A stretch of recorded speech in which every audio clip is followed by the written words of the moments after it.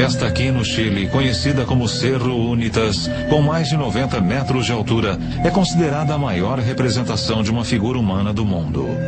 Quem a escavou e por quê, permanece um mistério.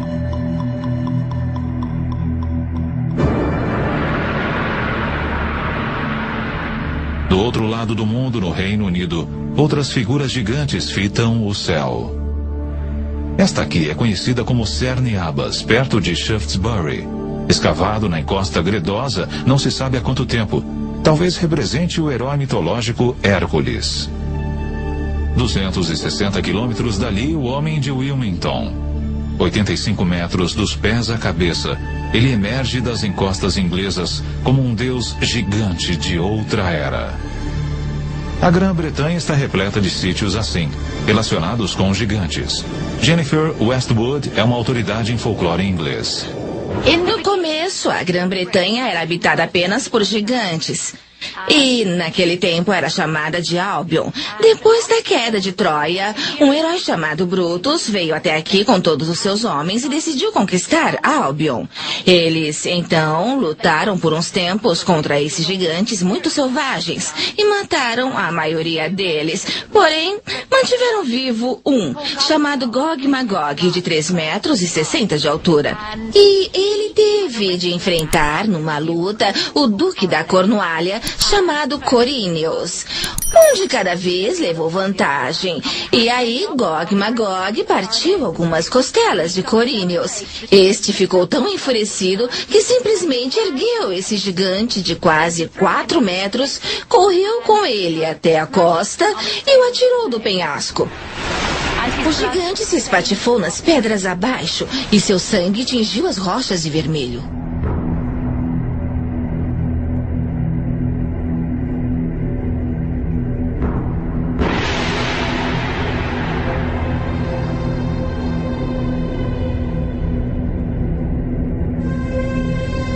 Gigantes também fazem parte da mitologia de Stonehenge. Sem dúvida, a mais famosa estrutura megalítica do mundo. Estas sólidas pedras eretas, a maior com 10 metros de altura e pesando 50 toneladas, foram erigidas aqui há milhares de anos. Os primeiros bretões chamaram o círculo de pedra de dança de gigantes e acreditavam ter sido construído por gigantes. Quem realmente construiu Stonehenge e como são mistérios que ainda persistem. Talvez, no fim, tenhamos de recorrer às lendas em busca de uma resposta. Alguém no passado, com uma tecnologia que nós não temos, ou um poder mágico que não possuímos, é quem teria construído essas coisas.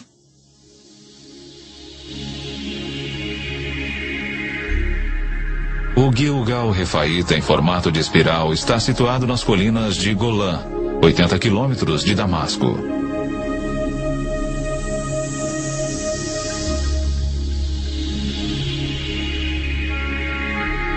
Estima-se que tenha sido construído com 40 mil toneladas de pedras soltas. É extraordinariamente parecido com Stonehenge. Ambos foram datados de cerca de 5.000 anos de idade e possuem pedras megalíticas semelhantes. Dizem que o Gilgal, como o Stonehenge, também está relacionado com gigantes. Só que neste caso, há um texto bíblico que parece corroborar essa afirmativa.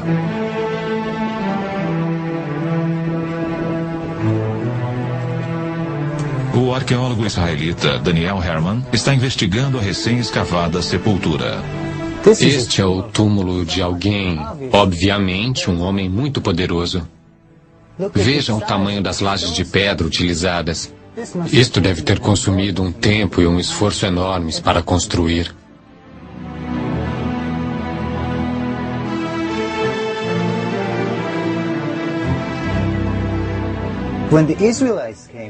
Quando os israelitas vieram aqui e escreveram sua Bíblia, isto já estava aqui.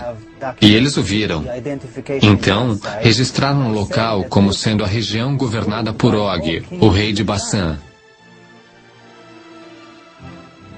Og é descrito no livro do Deuteronômio da forma como vou dizer. Og, rei de Bassã, era o único que restava da raça dos Refaítas. Refaíta é a palavra hebraica para gigante.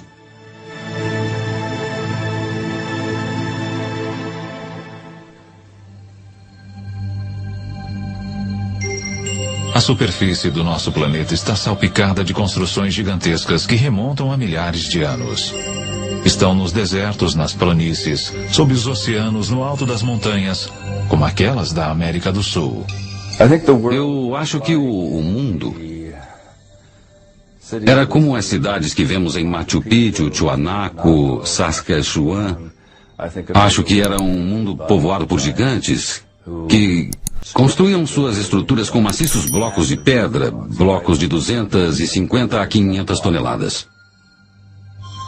Sólidas ruínas cujas dimensões chocam nossa imaginação são encontradas por toda a América Central e do Sul.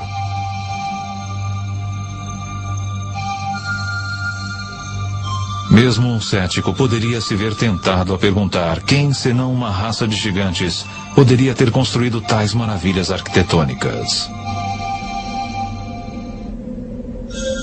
O povo da ilha mediterrânea de Malta possui uma crença antiga de que sua ilha era conhecida como o último reduto dos gigantes da Europa. Um explorador que toda a vida estudou estruturas megalíticas é o autor do best-seller Os Olhos da Esfinge, Erich von Däniken. Malta possui templos gigantescos. Eles realmente remontam ao passado. Ninguém sabe ao certo, mas são de pelo menos 5.000 anos antes de Cristo.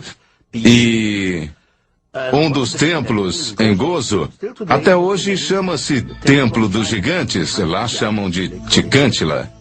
Uma lenda local diz que o templo foi construído por uma giganta Sunsuna. Os blocos são tão grandes, tão pesados, que nenhum ser humano normal poderia tê-los movido. Na Bolívia, apenas 30 quilômetros do lago Titicaca, existem gigantescas plataformas de pedra por toda parte. A maior delas já teve 29 metros de comprimento. Seu peso foi calculado em 900 toneladas. E isso está num lugar a 4.100 metros de altitude, nos Andes, o que significa ausência de árvores, de madeira, nada. Não é possível transportar uma plataforma de 900 toneladas sem toras para rolar. Mesmo com auxílio de toras, seria extremamente complicado. Esses fatos são verídicos, podemos vê-los, tocá-los, fotografá-los, mas não podemos explicá-los. Os índios pré-incaicos, os aimarás, não conseguiram movê-la. Então, o que seria? Resultado de quê? Não sabemos. Em muitos lugares da Terra, encontramos estruturas que poderiam estar relacionadas ou a ETs, a uma tecnologia que não entendemos, ou a gigantes. ETs. Gigantes? Uma tecnologia secreta?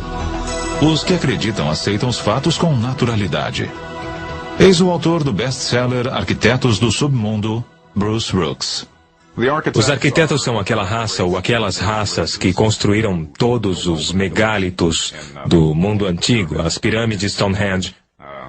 Eles são o povo que viveu antes de nós, os que habitaram este mundo antes de nós. Nós os chamamos deuses, às vezes gigantes. Eles deixaram suas obras e nós não conseguimos reproduzi-las. Somente agora aprendemos a realmente apreciá-las.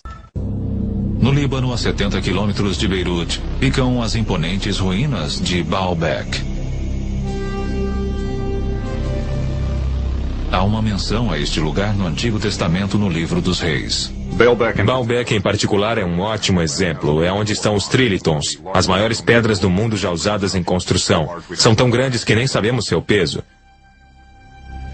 Essas pedras foram cortadas e deslocadas 8 quilômetros, erguidas 8 a 9 metros no ar e assentadas tão juntas que não podemos enfiar uma lâmina de barbear ou um pedaço de papel entre elas. Não sabemos como fizeram isto. Não existe guindaste capaz de erguer pesos como daquelas pedras. Ninguém sabe ao certo, mas, de acordo com a tradição árabe, os templos mais recentes foram construídos aqui após o grande dilúvio por uma tribo de gigantes para o rei bíblico Nimrod.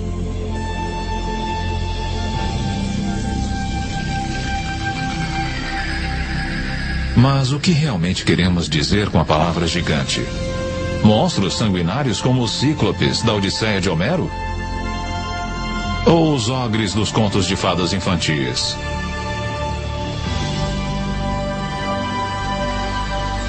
Ou poderia englobar também gigantes pacíficos, vivendo como nós, caminhando pelas ruas de nossas cidades em plena luz do dia.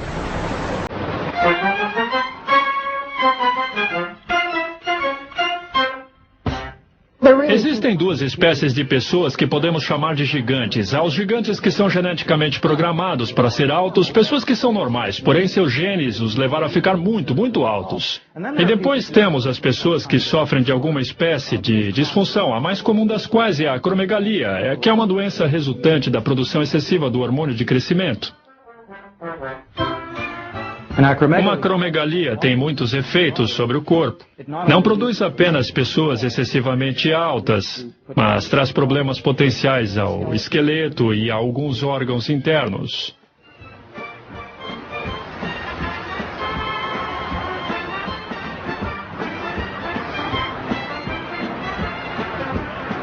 Ryan é um jovem normal, saudável, bem proporcionado, de 2,13 metros de altura. Quisera ser tão alto quanto ele. Mas o que faz uma pessoa ser tão alta? Seria uma característica de família, nutrição ou alguma outra coisa? Os altos são pessoas comuns ou excepcionais? De onde eles vieram?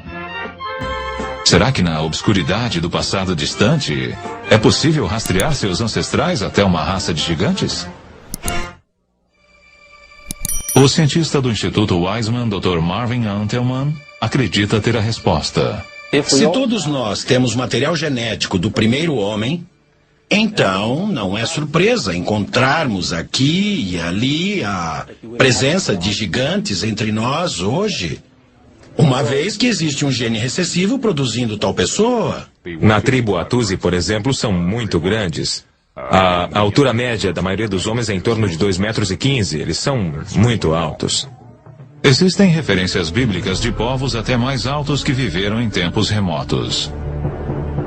Rabino Itzhak Marmorstein, do Centro de Estudos Judeus de Vancouver, Canadá. Parece evidente pelas referências no Gênesis e mais adiante no livro dos Números e também no Deuteronômio, que são relativamente coerentes entre si, de que existiram seres gigantescos, aparentemente oriundos da era antediluviana.